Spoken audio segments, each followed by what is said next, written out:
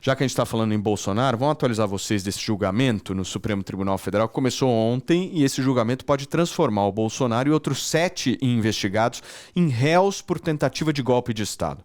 O ministro Alexandre de Moraes, relator do caso, falou em ataques em série à democracia e a Procuradoria-Geral da União destacou o papel do Bolsonaro em incitar desinformação contra as urnas eletrônicas desde 2021.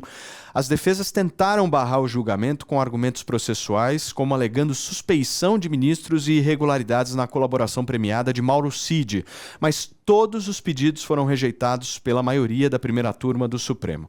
A decisão final sobre o recebimento da denúncia e a consequente transformação dos 8 em réus vai sair nesta quarta-feira hoje. Além de Bolsonaro, estão entre os acusados os ex-ministros generais e o chefe da ABIN, o ex-chefe da ABIN. A Procuradoria-Geral da República imputa aos investigados os crimes de golpe de Estado, abolição do Estado Democrático de Direito, organização criminosa, dano qualificado e deterioração de patrimônio tomado. A gente fez o seguinte, como a gente é um programa extremamente democrático, vocês conhecem o nosso jeito, a gente resolveu chamar 3 pessoas para repercutir um pouco desse julgamento e a gente entender esses pontos de vista. Diogo da Luz, Mayara Torres e o Dr. Fernando Capano. O Diogo vai trazer a posição dele, como é que ele viu todo esse julgamento e o que vai acontecer. Vamos ver. As cartas estão marcadíssimas nesse julgamento do Bolsonaro, ou melhor, pré-julgamento, que é para decidir se ele vai ser julgado ou não. E vai. A única exceção é o Fux, que fala o que é mais importante de tudo. Além de questões da delação, principalmente, ele não poderia ser julgado no Supremo Tribunal Federal como nenhuma pessoa. E a razão é muito simples. Se for condenado, não tem como recorrer. E todo mundo, segundo a legislação brasileira, a Constituição e todos os regramentos internacionais, se condenado, tem direito a recorrer a uma instância superior.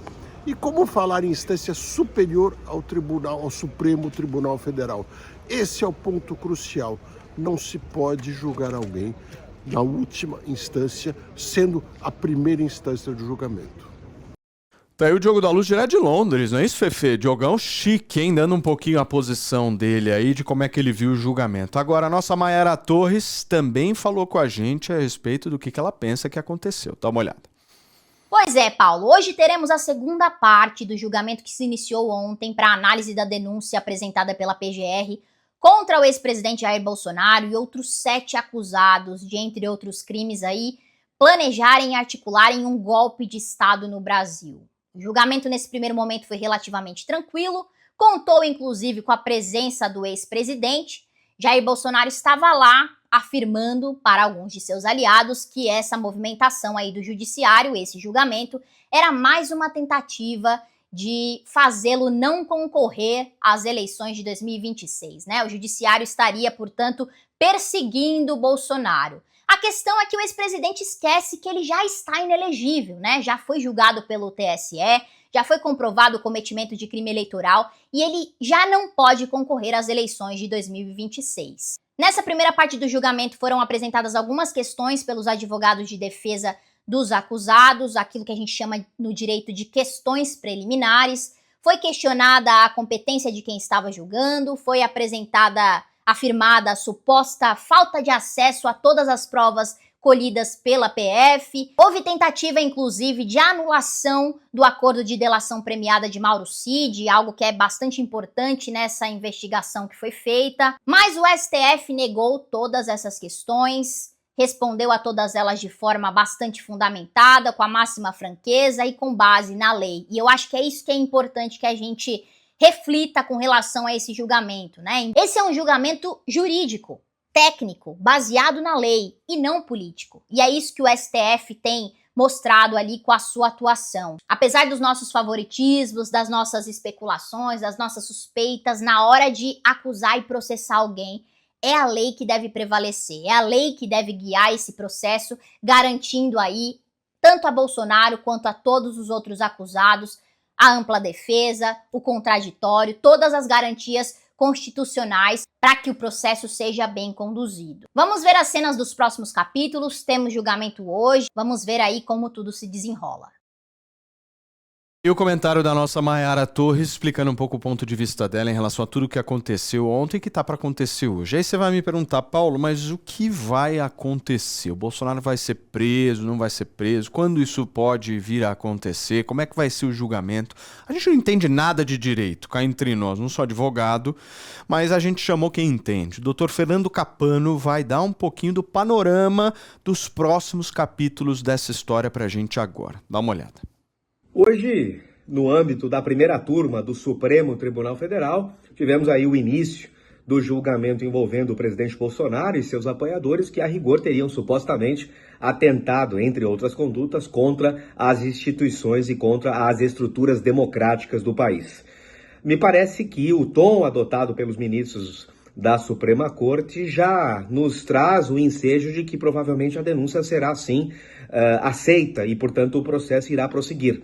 Isso porque uma série de alegações preliminares que redundariam necessariamente na prejudicialidade, no prejuízo do andamento da ação penal, foram rechaçadas de pronto.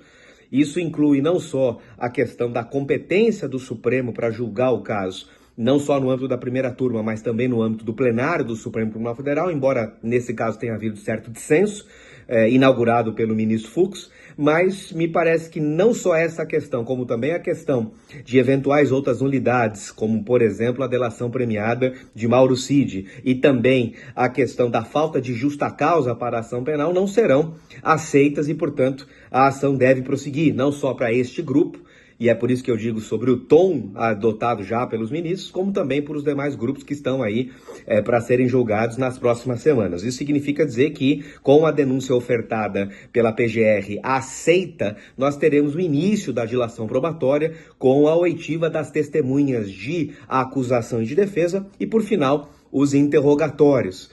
Não me parece que haverá a possibilidade de qualquer tipo de prisão cautelar, ou seja, as prisões eventualmente só, obviamente, serão carreadas apenas e tão somente após o trânsito em julgado da demanda, caso eles sejam condenados, e me parece que é um julgamento que a gente precisa prestar bastante atenção, porque ele será, obviamente, paradigmático e definidor de como nós vamos compreender até mesmo o exercício do direito penal no panorama jurídico brasileiro para os próximos anos. Doutor Fernando Cappano, muito obrigado, doutor, aí. Só pedir para tirar meu áudio aí, Fê, obrigado. Só para a gente registrar aqui, essa última informação que o doutor Fernando Cappano trouxe é importante, né? Ou seja, na visão dele não há nenhuma possibilidade de qualquer tipo de prisão eventual, ou seja, qualquer prisão acontece somente após transitado em julgado o processo lá no Supremo Tribunal Federal, o que, ao que tudo indica, deve acontecer até o mês de dezembro, só no segundo semestre aí de 2025 a gente vai ter qualquer tipo de julgamento aí. Vamos continuar acompanhando e a gente traz sempre para vocês a avaliação das pessoas.